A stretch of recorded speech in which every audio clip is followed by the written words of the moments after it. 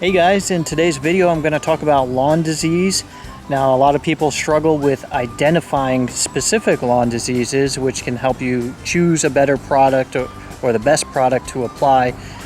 So if you know the type of lawn disease you have in your yard and you've got great photos of it, please go to grassdaddy.net, click on diseases, click on the disease that you know you have a photo of, and submit the photo.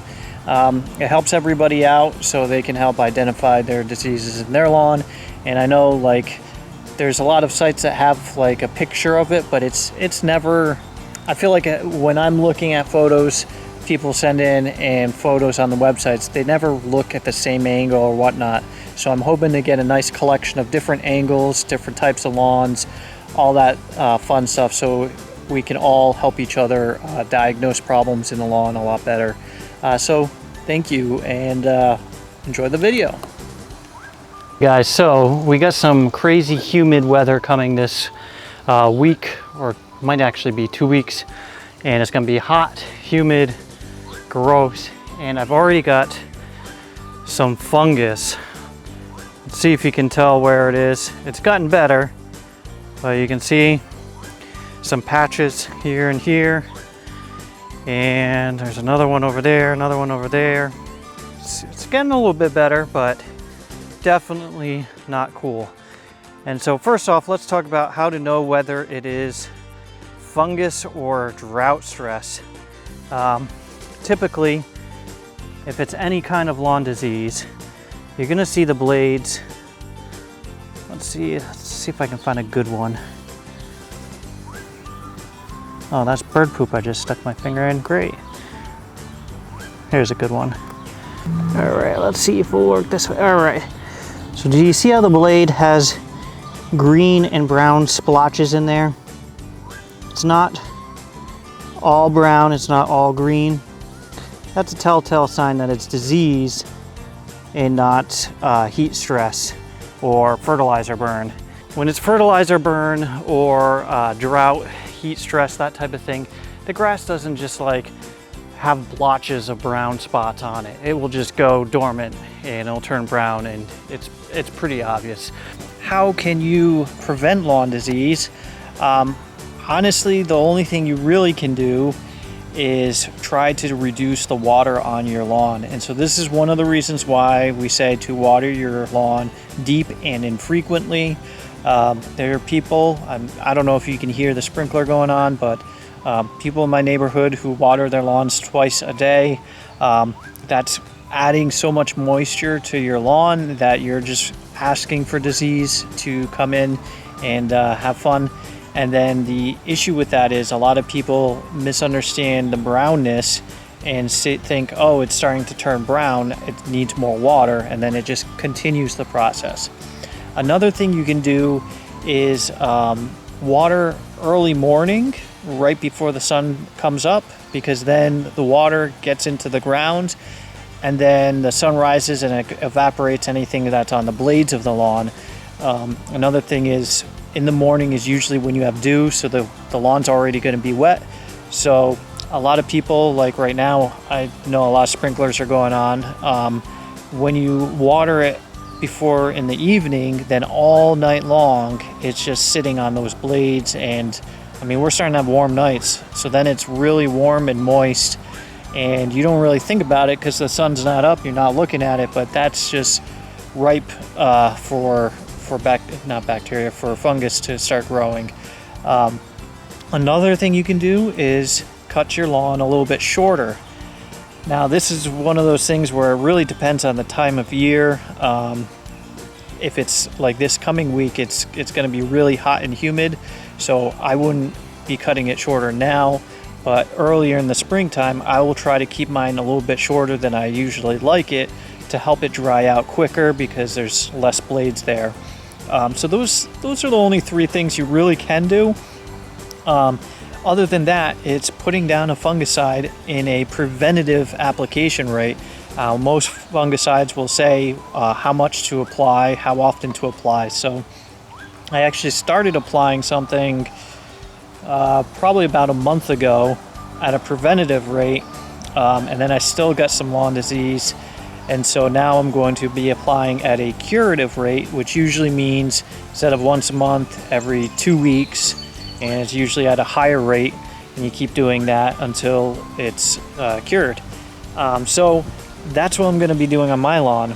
Now, a lot of people will freak out about which type of fungicide to use, and so here's my take on it. You're supposed to rotate and use different ones so that the disease doesn't build up basically an immunity to the fungicide. So ultimately, does it really matter which one you use if you're going to be rotating them? Probably not. I'm sure there's experts out there that'll be like, all right, this one will target this specifically.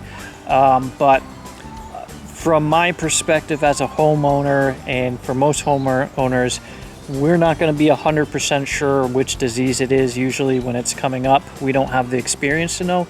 So what I personally recommend for homeowners do is if you see signs like these brown spots, you start to see this stuff happening, first go to a box store and get whatever liquid fungicide that they have available, because you need to start acting quickly. If you wait and wait and wait, it can really make a mess of your lawn, and then you do all this work for what? So that's the first thing I would do. And the reason I say liquid is because just in general, liquid fungicides work better than granular. That's just how it works. So get a bottle of the liquids.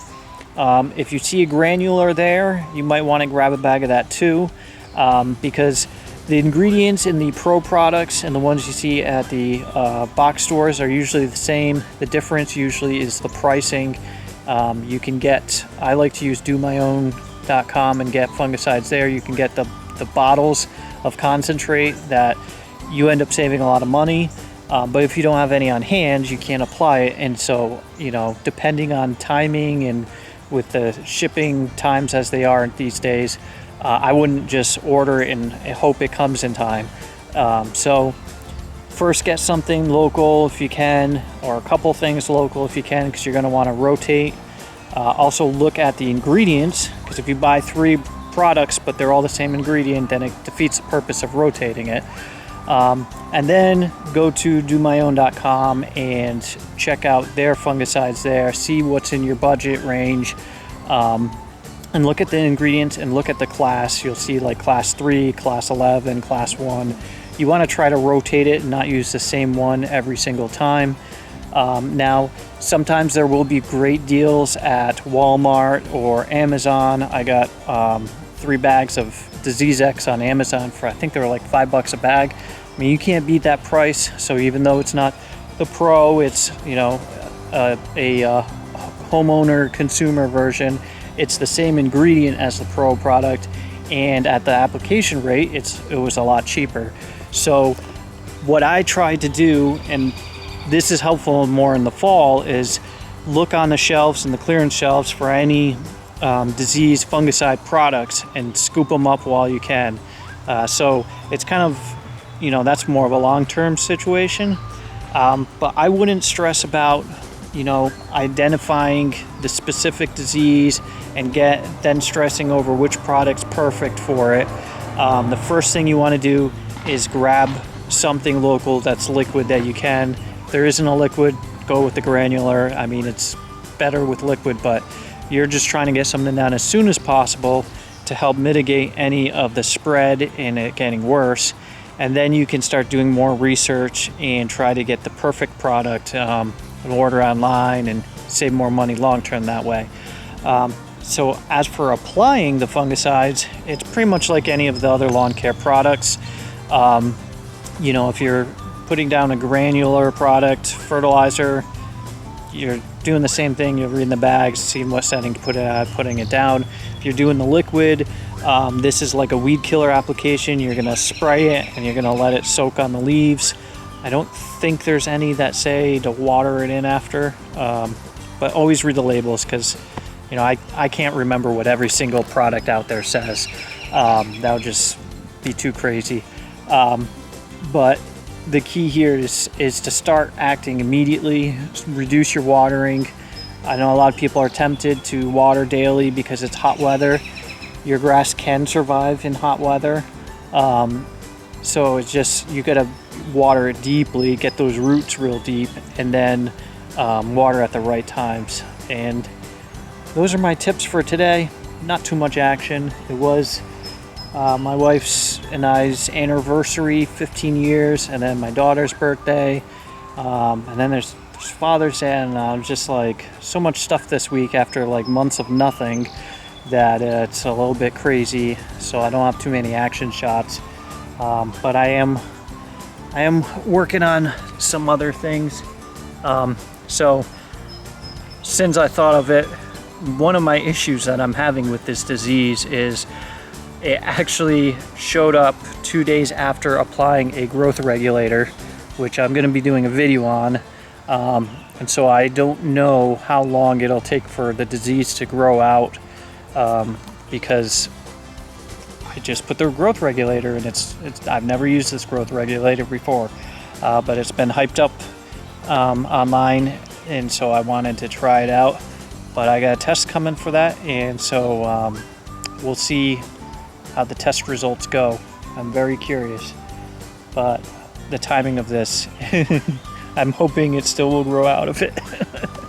Anyways, have a good one, and calibrate your lawn sprinklers. All right, there's Kyle, you got to do it. It's not too difficult. You're gonna be posting on Facebook saying, oh, water too much, too little. All right, this specifically to Kyle, but I know there's others out there that haven't done it. Throw some tuna cans out, time how long it takes to fill them up.